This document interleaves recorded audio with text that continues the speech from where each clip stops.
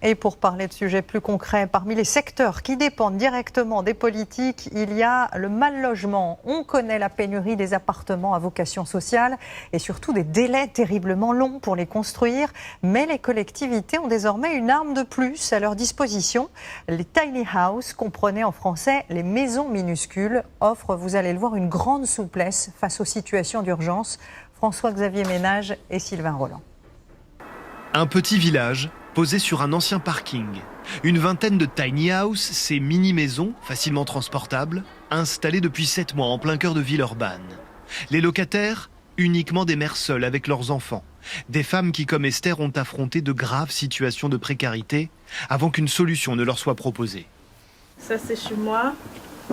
Là, on est dans la pièce principale, le petit lit de mon bébé. Et là, on a la chambre. Esther et ses 2 enfants vivent dans cette maison de 20 mètres carrés. C'est la première fois qu'ils connaissent une situation stable en matière de logement. Ça me fait du bien de dire c'est chez moi. De rentrer comme ça avec la clé de chez moi et savoir que je dors à l'abri. Avant, d'abord, j'étais à la rue.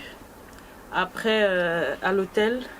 Et à l'hôtel, franchement, c'était juste pour dormir. Il ne fallait pas cuisiner. Pour Esther, l'électricité, le chauffage, tout est pris en charge. La maison a coûté 30 000 € à construire, payée par la métropole lyonnaise qui offre gratuitement les terrains pour au moins 3 ans, avant qu'un projet immobilier ne se concrétise. Les tiny houses, gérés par cette association, pourront ensuite trouver refuge ailleurs. L'objectif, c'est de pouvoir pérenniser ce dispositif, mais sur des terrains différents, et de pouvoir se déplacer au gré des mouvements de la ville. Plus on multipliera ces initiatives dans la ville, plus on aura une chance de mettre fin au sans-abrisme et de réduire en tout cas de manière significative le sans-abrisme dans les villes. Les tiny